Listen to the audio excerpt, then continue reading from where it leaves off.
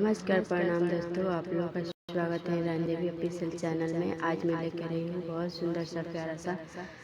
शिव पारंपरिक गीत। एक बार आप लोग जरूर सुने, अच्छा लगे तो लाइक कमेंट शेयर जरूर करें। चैनल पर नए हैं तो चैनल को सब्सक्राइब जरूर कीजिएगा। गाना में आइल बानी भोला जी हमार हो, गाना में आइल बानी संगवा में ले बानी, संगवा में ले बानी बसहा बैल हो, गाना में आइल बानी भोला जी हमार हो, अंगना में आइल बानी भोला जी हमार हो, अंगना में आइल बानी संगवा में ले बानी, संगवा में ले बानी भूत बयताल हो, अंगना में आइल बानी भोला जी हमार हो, अंगना में आइल बानी संगवा में ले बानी, संगवा में ले बानी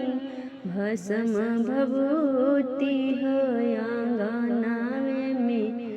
आइल बानी भोला जी हमार हो, अंगना में आइल बानी संगवा में ले बानी, संगवा में ले बानी बीरनी हाडा हो, अंगना में आइल बानी भोला जी हमार हो, अंगना में आइल बानी संगवा में ले बानी, संगवा में ले बानी भंगिया धतूर हो, अंगना में आइल बानी संगवा में ले बानी, संगवा में ले बानी भंगिया धतूर हो, अंगना में आइल बानी भोला जी हमार हो, अंगना में आइल बानी संगवा में ले बानी, संगवा में ले बानी डमरू बजाई हो, अंगना में आइल बानी भोला जी हमार हो, अंगना में आइल बानी भोला जी हमार हो।